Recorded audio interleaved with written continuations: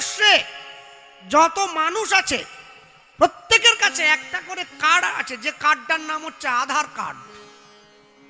আপনি যদি ভারতবর্ষের নাগরিক হন, আপনাকে আধার কার্ড কাছে রাখতে হবে, না হলে আপনি ভারতবর্ষের নাগরিক বলে গণ্য হবেন না। তাহলে একটা দেশের একটা সরকারের আওতায় থাকতে গেলে আপনাকে আধার কার্ড রাখতে হচ্ছে।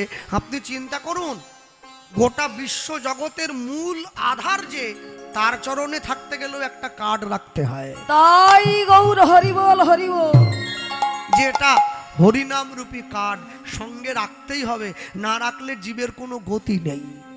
হ্যাঁ, সবাই নাম নিয়েছে, বৈষ্ণব মহাজন পদকর্তা বলছে আমি পেলাম না। কে?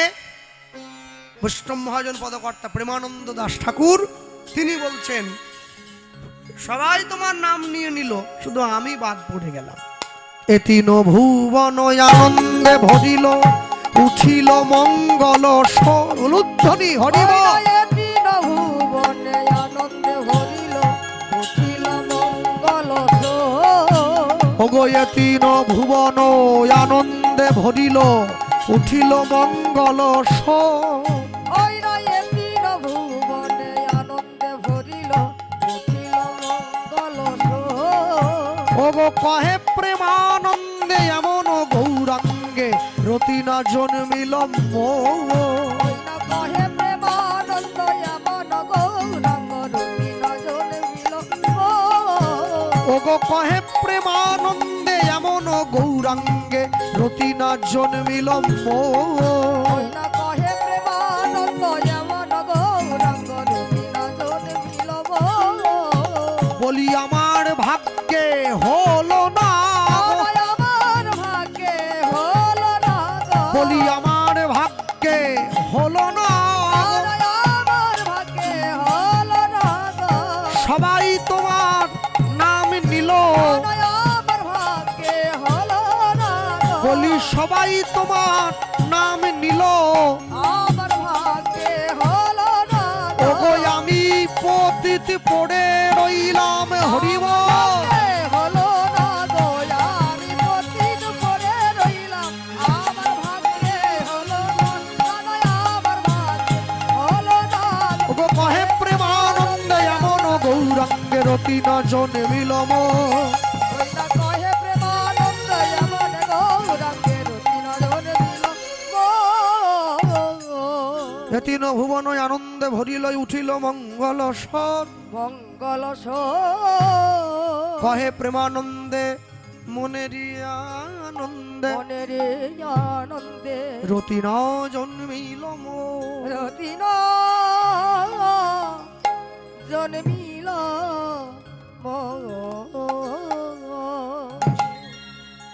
ছোট্ট করে গৌরচন্দ্রিকা শুনে নিলাম।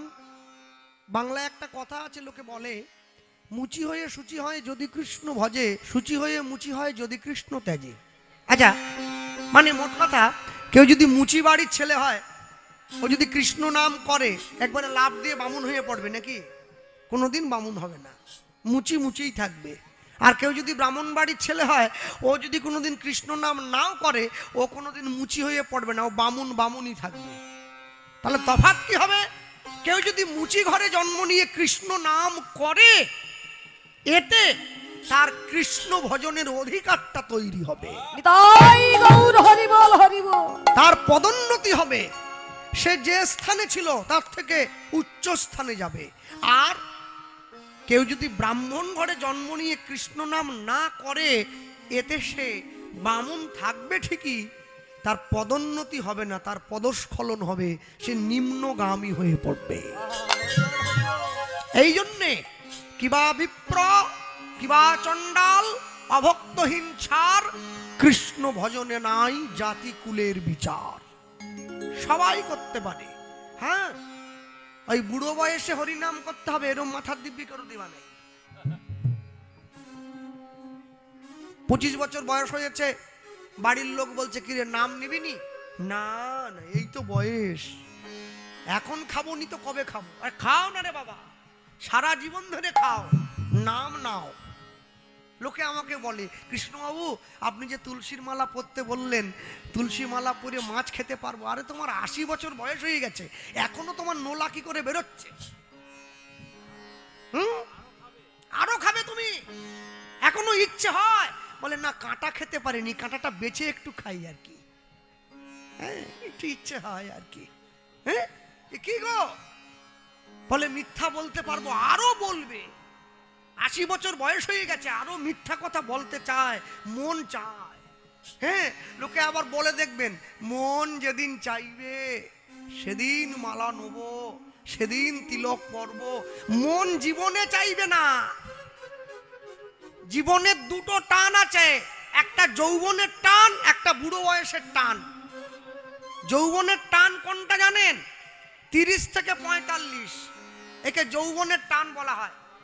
ওই সময় মনে হয় এই যে পুরী যাচ্ছে যে বড় রাস্তাটা, এই রাস্তায় মোটর সাইকেলের চাবিটা পেলে আমি সবার আগে যাই, আমার পিছনে সবাই থাকবে।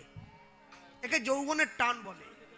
হ্যাঁ ভগবান বলছে তুমি আগে যাবে তো এসো, তোমাকে আগে নিয়ে নিচ্ছি। এই যৌবনের টান। আর বুড়ো বয়সের টান কোনটা? 75 থেকে 85। ওই সময় মনে হয় আরেকটা বিয়ে করতে পারলে ঠিক হতো। একে বুড়ো বয়সের টান বলে। কেন? এবারে শেষ, প্রদীপটা নিভে যাওয়ার আগে একবার দপ করে জ্বলে উঠে দেখবেন, মানে ও জ্বলে উঠছে, এবার নিভবে, শেষ হয়ে গেছে, কিছু করার নেই, এ তো দিয়ে পাঠানো হয়েছে। হ্যাঁ কুমিরের কাজ কামড় দেওয়া, বাঘের কাজ কামড় দেওয়া, পশুর ধর্ম পশুত্ব, দেবতার ধর্ম দেবত্ব, জলের ধর্ম প্লাবত্ব, আগুনের ধর্ম দহনত্ব, মানুষের ধর্ম তার মনুষ্যত্ব। হরি বল হরি বল। মনুষ্যত্ববিহীন মানুষ আর বনের পশু এর কোনো তফাৎ নেই, দুটোই এক, দুটোই এক। হ্যাঁ চলো আমরা বলতে গিয়ে শুনি ভগবানের একনিষ্ঠ অনুগত পার্শ্বদের কথা শুনছি যে কৃষ্ণ পেতে গেলে কত কষ্ট করে পেতে হয়। আমরা শুনতে বসে শুনছি পরম কৃষ্ণ ভক্ত বৈষ্ণব মহাজন শ্রীল প্রেমানন্দ বৈষ্ণবের জীবনী কথা। আমি একটুখানি পিছন দিকে পিছিয়ে আসবো। প্রেমানন্দের জন্ম হয়েছে বর্তমান যেখানটায় কাশী, মানে মহাদেব দেবাদিদেব বসে আছেন, ওই কাশীতে প্রেমানন্দের জন্ম।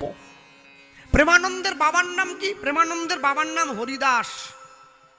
মাকে, প্রেমানন্দের মা হচ্ছে সুদেবী। বাহ! যখন প্রেমানন্দের 10 বছর বয়স হয়, প্রেমানন্দকে গিয়ে প্রেমানন্দের বাবা জিজ্ঞাসা করছে, হ্যাঁ রে প্রেমানন্দ, বড় হয়ে কি হবি বাবা? প্রেমানন্দ বলছে, বাবা আমি না বড় হয়ে অনেক বড় শিক্ষিত ব্যক্তি হতে চাই, মানে পণ্ডিত হতে চাই। বাহ! এই তো যোগ্য ছেলের মতো কথা বলেছে। ওই জায়গায় যদি আমি থাকতাম কি বলতাম আমার বাবাকে? বড় হয়ে কিচ্ছু হতে চাইনি, শুধু মোবাইল ঘাঁটতে চাই আর বাপের হোটেলে বসে বসে খেতে চাই, আর আমার কিচ্ছু দরকার নেই। বিশ্বাস করুন, আমার বাবা যদি বিশেষ কিছু পয়সা করে রেখে যেত না, এই ঠান্ডায় কে কীর্তন করতে আসে, বেলদা, এই সমস্ত বাড়িতে শুয়ে থাকতাম না। নেই তো, পেট চলবে নি, বাধ্য ছুটে এসেছি, কি করবো? যাক, প্রেমানন্দের বাবা গিয়ে প্রেমানন্দকে যখন জিজ্ঞাসা করছে, প্রেমানন্দ বড় হয়ে কি হবি? প্রেমানন্দ বলছে, আমি বড় হয়ে পণ্ডিত হতে চাই। যেই এ কথা বলেছে, আগেকার দিনে নিয়ম ছিল ছেলে মেয়েদেরকে গুরুদেবের আশ্রমে রেখে লেখাপড়া শেখানো হতো। জীবনের 4টি ধাপ: ব্রহ্মচর্য, গার্হস্থ্য, বানপ্রস্থ, সন্ন্যাস। 10 বছর বয়স থেকে 25 বছর পর্যন্ত ব্রহ্মচর্য, 25 থেকে 45 পর্যন্ত গার্হস্থ্য, 45 থেকে 55 পর্যন্ত বানপ্রস্থ, 55 পরে সন্ন্যাস। 4টি ধাপ। প্রেমানন্দের গুরুকে, প্রেমানন্দের গুরু হচ্ছে ওই কাশীধামেরই রামানন্দ স্বামী, প্রেমানন্দের গুরুদেব। প্রেমানন্দ গিয়ে গুরুদেবের কাছে দাঁড়িয়েছে, গুরুদেব আমি এসেছি তো। গুরুদেব বলছে, প্রেমানন্দ আমি তোমার অপেক্ষাতেই ছিলাম, এসো। প্রেমানন্দ গিয়ে গুরুদেবের চরণের সামনে দাঁড়িয়েছে, করতালি দিয়া বলে, করতালি দিয়া বলে, জয় গুরু জয়।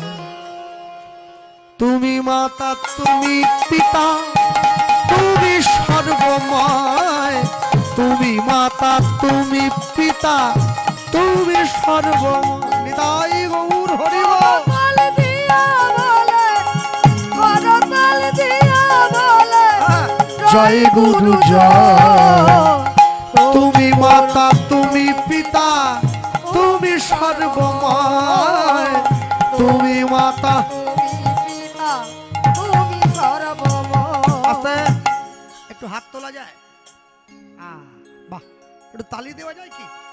করতালি দিয়া বলে, করতালি দিয়া বলে, হরি বল বাহু তুলে, দিয়া বলে, জয় গুরু জয়। তুমি মাতা তুমি পিতা তুমি সর্বময়, তুমি মাতা তুমি পিতা তুমি সর্বময়, তুমি চন্দ্র তুমি সূর্য,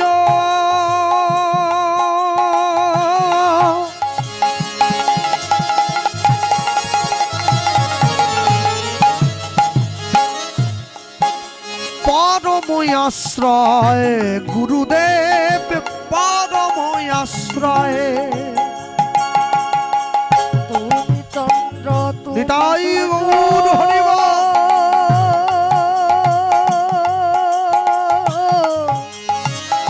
পরময় আশ্রয় গুরুদেব পরময় আশ্রয়। তুমি ভক্তি তুমি মুক্তি, তুমি ভক্তি তুমি মুক্তি, তুমি ভক্তি তুমি মুক্তি, ওই না তুমি ভক্তি তুমি মুক্তি। তুমি জগৎময়, তুমি মাতা তুমি পিতা তুমি সর্বময়, তুমি মাতা তুমি পিতা তুমি সর্বময়। হরি বল। করতালি দিয়া বলে, করতালি দিয়া বলে, জয় গুরু জয়। তুমি মাতা তুমি পিতা গুরু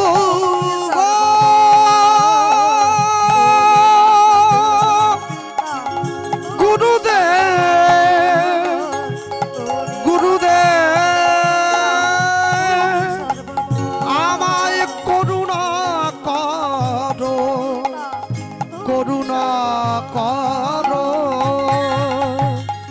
তুমি মাতা তুমি পিতা তুমি সর্বময়, তুমি মাতা তুমি পিতা তুমি সর্বময়। গুরু ব্রহ্মা গুরু বিষ্ণু গুরু বিষ্ণু গুরুদেব মহেশ্বর, মহেশ্বর গুরুরেব পরম ব্রহ্ম পরম ব্রহ্ম তস্मै শ্রী গুরবে নমঃ। তস্ময় শ্রী গুরবে নমো নমঃ। তাকে দেখবার জন্য সকলের ভিড় হয়েছিল। মনে রাখবেন, মানুষ পয়সা দিয়ে অনেক বড় একটা বাড়ি তৈরি করতে পারে, কিন্তু পয়সা দিয়ে কোনোদিনও শান্তি কিনতে পারবে না। পয়সা দিয়ে বাজার থেকে অনেক দামি একটা পালঙ্ক কিনে আনা যায়, কিন্তু পয়সা দিয়ে কোনোদিনও ঘুম কিনতে পাওয়া যায় না। পয়সা দিয়ে অনেক দামি দামি বই কিনে আনা যায়, বিদ্যা কোনোদিন কিনতে পাওয়া যায় না। সবার শেষে বললেন, পয়সা দিয়ে মালা তিলক কিনে এনে ভক্ত সাজা যায়, ভক্ত হওয়া যায় না। হরি বল হরি বল। আর ভালো ভালো জামা কাপড় কিনে পরে ভালো মানুষ সাজার অভিনয় করা যায়, মনুষ্যত্ব কোনোদিন কিনতে পাওয়া যায় না, ওটা অর্জন করে নিতে হয়। প্রণমঃ কলিযুগ সর্বযুগ সার। এক এক করে তিনটে যুগ চলে গেছে, সত্য, ত্রেতা এবং দাপর। আমরা কলিযুগের মানুষ, কলিযুগকে প্রণাম করা হচ্ছে কেন? যে তিনটে যুগ চলে গেছে, প্রত্যেক যুগে ভক্ত ভগবানের কাছে ছুটে গেছে। কলিযুগের মাটিতে ভগবান ভক্তের দরজায় ছুটে এলো। সত্যযুগে ভগবান 5 বার এসেছেন, মৎস্য, কুর্ম, বরাহ, নৃসিংহ, বামন। ত্রেতা যুগে 2 বার এলেন, রাম, পরশুরাম।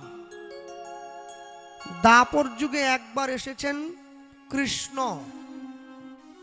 কলিযুগে 1 বার আসবেন, 1 বার এলেন গৌতম বুদ্ধ রূপে, আরেকবার আসবেন উড়িষ্যার সম্বলপুরে বিষ্ণুযশা ব্রাহ্মণের ঘরে কল্কি অবতার রূপে।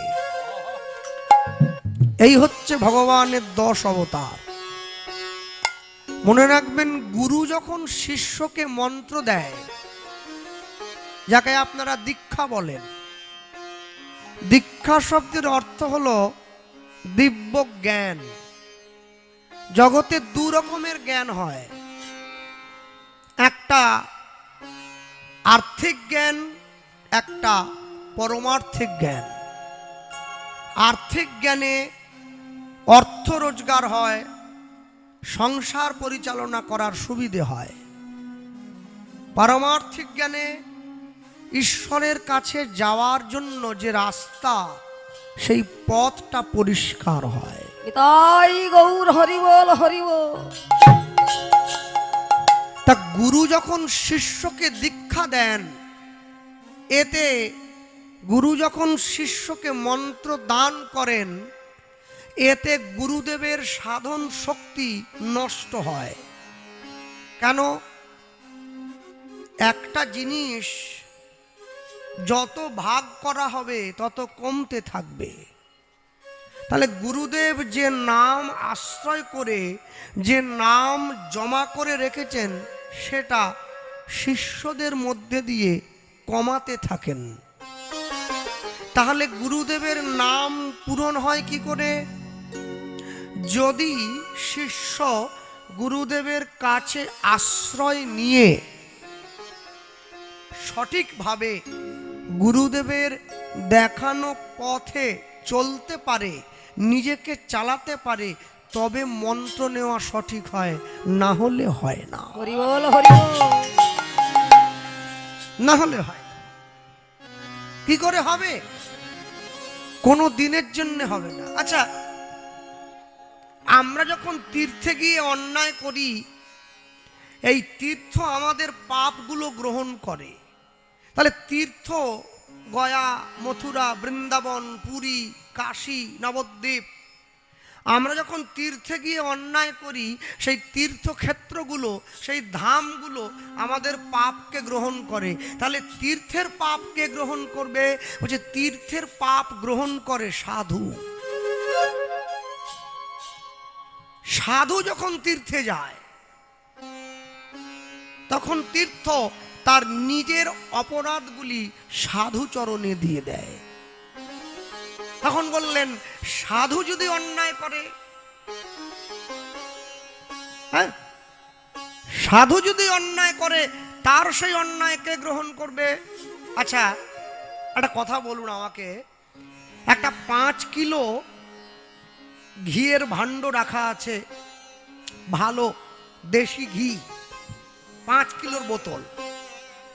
আপনি সকালবেলা ঘুম থেকে উঠে দেখলেন ওই ঘিয়ের বোতলটার মধ্যে, অত বড় 5 কিলো ঘিয়ের হাঁড়ি, তার মধ্যে একটা বড় পিঁপড়ে মরে পড়ে গেছে। তা আপনি ঘিটা ফেলবেন না পিঁপড়েটা ফেলবেন? আমি পিঁপড়েটা ফেলে দেবো, ঘিটা থাকবে। ওই সাধুর অন্যায়টা হলো ওই ঘিয়ের ভাণ্ডে পিঁপড়েটার মতো। পিঁপড়েটা ফেলে দিন, ঘিটা গ্রহণ করুন। গ্রহণ করা হবে আপনার একান্ত ইচ্ছায়, থাক, আর কিছু করো না। প্রণমঃ কলিযুগ সর্বযুগ সার। কলিযুগকে প্রণাম করছি। কেন? হরিনাম সংকীর্তন যাহাতে প্রচার। এই হরিনাম সংকীর্তনটা হলো এই ঘিয়ের ভাণ্ডের মতো। আপনি পাপ করবেন, অন্যায় করবেন, ওটা পিঁপড়ের মতো, নাম সংকীর্তন থেকে ওটা তুলে দিয়ে নাম গ্রহণ করুন। তাই গৌর হরি বল হরি বল। তবে হ্যাঁ, যে নাম আপনি গ্রহণ করছেন সবার আগে দেখতে হবে সেই নামের প্রতি আপনার কতটা শ্রদ্ধা আছে, আপনার কতটা ভক্তি আছে। আগামীকাল তো মহোৎসব নাকি? হ্যাঁ, তা আমরা মহোৎসব বাড়িতে যখন প্রসাদ পেতে যাই, তো ওই একটা থালার সঙ্গে একটা প্লাস্টিকের গ্লাস দেয় না, ওই গ্লাসের জলটা চটপট শেষ করে যদি খাওয়ার মতো পেটে জায়গা থাকে তো জলটা খেয়ে নেওয়া হয়, আর যদি না জায়গা থাকে জলটা ঢেলে দেয়। আর যখনই ওই পায়েসটা দিতে আসে, পরমান্নটা, আমি কি বলি, এই যে বাবু গ্লাসে দাও, তা ও তো সবার থালায় এক চামচ করে দিচ্ছে, তা আমি গ্লাস বাড়িয়েছি, জায়গাটা লম্বা তো, বড় জায়গা, ও ছুরুক করে এক চামচ। কি গো, তুমি এক চামচ দিচ্ছ, আরেক চামচ দাও, আমার নাতি আছে বাড়িতে। এই যে প্রসাদ পেতে বসে বাড়িতে নাতির চিন্তা চলে এলো, এ প্রসাদের ফল কিন্তু আপনি পাবেন না। হরি বল হরি বল। আপনি প্রসাদের ফল থেকে দূরে চলে গেলেন। হ্যাঁ, যখন প্রসাদ পেতে বসছেন, যার প্রসাদ পাচ্ছেন শুধু তাকে চিন্তা করুন যে প্রভু, আমি তো জীবনে অনেক অখাদ্য কুখাদ্য গ্রহণ করেছি, তা তোমার প্রসাদের এই গুণ আমার এই অখাদ্য কুখাদ্যর অবগুণগুলোকে যেন নষ্ট করে দিতে পারে, তুমি আমাকে সেই কৃপা দান করো, তবে কাজ হয়, না হলে হয় না। চৈতন্য মহাপ্রভু কি করলেন? প্রসাদ দিয়ে বেড়াচ্ছেন। কোন প্রসাদ? হরিনাম সংকীর্তন। যার পাওয়ার যোগ্যতা ছিল না তাকেও দিল, যার পাওয়ার যোগ্যতা ছিল তাকেও দিয়ে দিল। মহাজন লিখছেন তো, দূরমতি অতি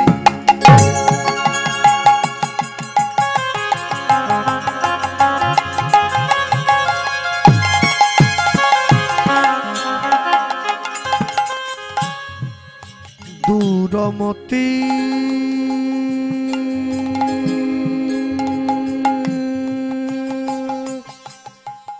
দূরমতি অতি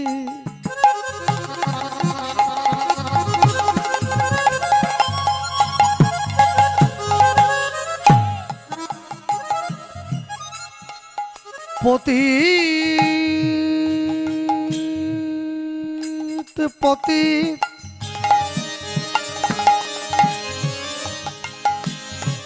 ওই না পতিত পাষণ্ডী দূরবর্তী অতি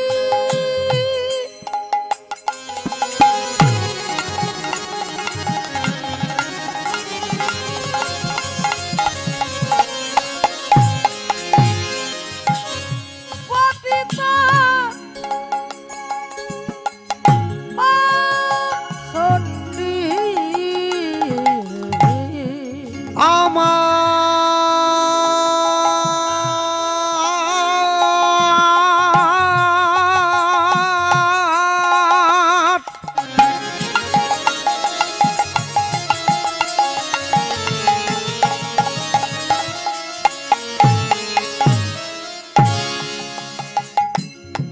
গোরা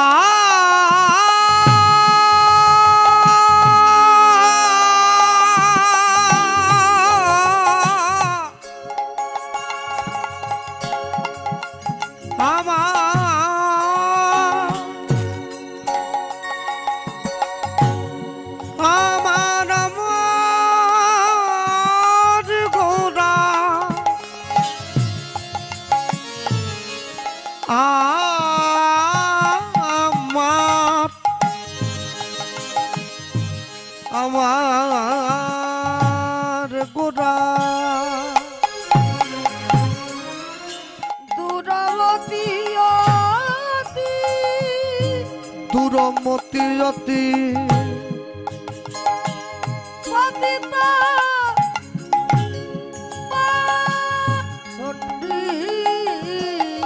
এবার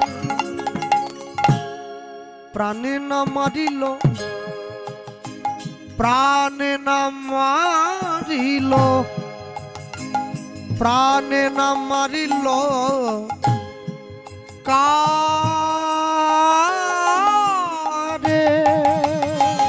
ওই না দূরবর্তী হতে পতিতা বাসন্তী।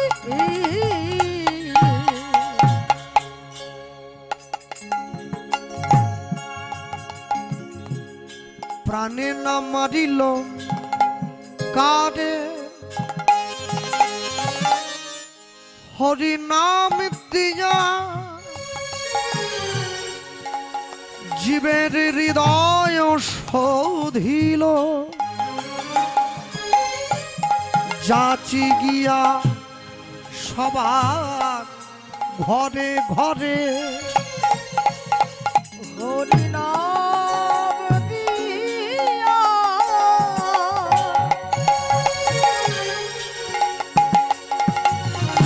জীবের হৃদয় সহিল, যাচি গিয়া জীবের ঘরে ঘরে। হরি নাম দিয়া জীবের হৃদয় শোধিল, যাচি গিয়া সবার ঘরে ঘরে। হরি নাম দিয়া হৃদয়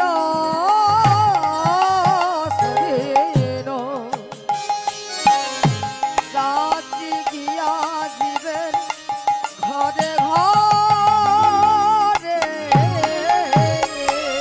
বলি ভাই যেচে সেধে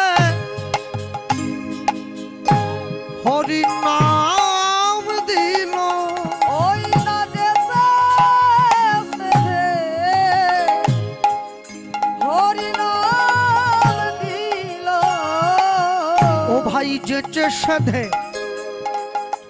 হরি নাম দিল, ওই না যেতে সেধে হরি নাম দিল। ওই যে কাউকে বাকি রাখেনি সেদিন, ওই না যেতে সেধে হরি নাম দিল। বলি হরি নামে হরিকে নামাইয়ে আনলো, ওই না যেতে সেধে নাম দিল।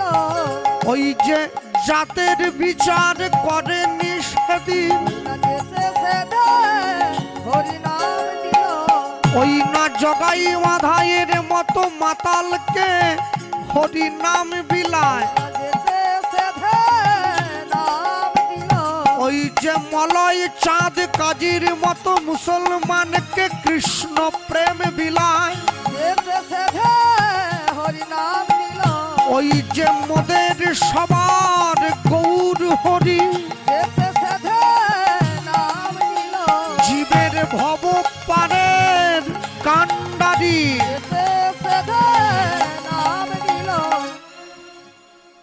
এই যে কীর্তন শুনতে বসে আধ ঘন্টা শুনে উঠে চলে যাচ্ছেন না, মহাপ্রভু যখন এসেছিলেন তখনও লোকে উঠে চলে যেত। আজ নাকি উঠে চলে গেলে কি হবে, তাকেও নাম দিয়েছে। হরি নামে হরিকে নামায়ে হরি নাম দিল হরি নামে নাম দিল।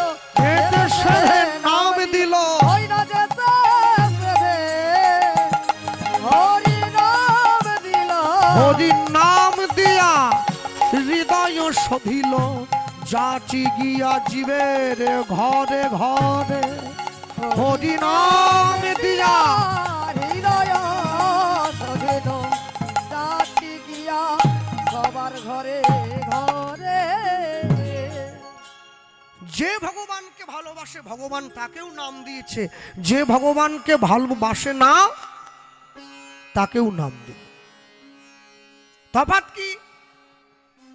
রাবণ কুম্ভকর্ণকে মেরে ফেলা হয়েছে, হিরণ্যাক্ষ হিরণ্যকশিপুকে মেরে ফেলা হয়েছে, অগাসুর বকাসুর কংস পুতনাকে মেরে ফেলা হয়েছে, কিন্তু জগাই মাধাইকে মেরে ফেলা হয়নি, উদ্ধার করা হয়েছে। চপল গোপাল বধ নয়, চপল গোপাল উদ্ধার। মলয় চাঁদ কাজী বধ নয়, মলয় চাঁদ কাজী উদ্ধার। বধ আর উদ্ধার কিন্তু এক নয়। বধ মানে হলো যে ভগবানকে ভালোবাসে না, ভগবান তাকে হত্যা করে নিজের চরণে জায়গা দিয়েছে। আর উদ্ধার মানে যে ভগবানকে ভালোবাসে না, এটা জানবার পরেও ভগবান তাকে বুকে জড়িয়ে ধরেছে। হরি বল, হরি বল। এখন কথা হলো, আপনি ভগবানকে কতখানি ভালোবাসবেন এটা আপনার উপরে নির্ভর করে। এই কটা বাজে গো? 8:10। না থাক, আজ আর কীর্তন শুনতে যাবনি, কাল দুপুরে একদম যাবো, প্রসাদ আছে। এত ঠান্ডায় বাবা, যে ঠান্ডা পড়েছে, কমিটি বলছিল 6টায় দিবে, কিন্তু 7টায় দল তুলে দিল। না না না, আজ যাবো না। আচ্ছা, 6টার জায়গায় 7টায় কমিটি দল তুলেছে বলে হরিনাম শুনতে আসলেন না, বাড়িতে ব্ল্যাঙ্কেট মুড়ি দিয়ে বসে রইলেন।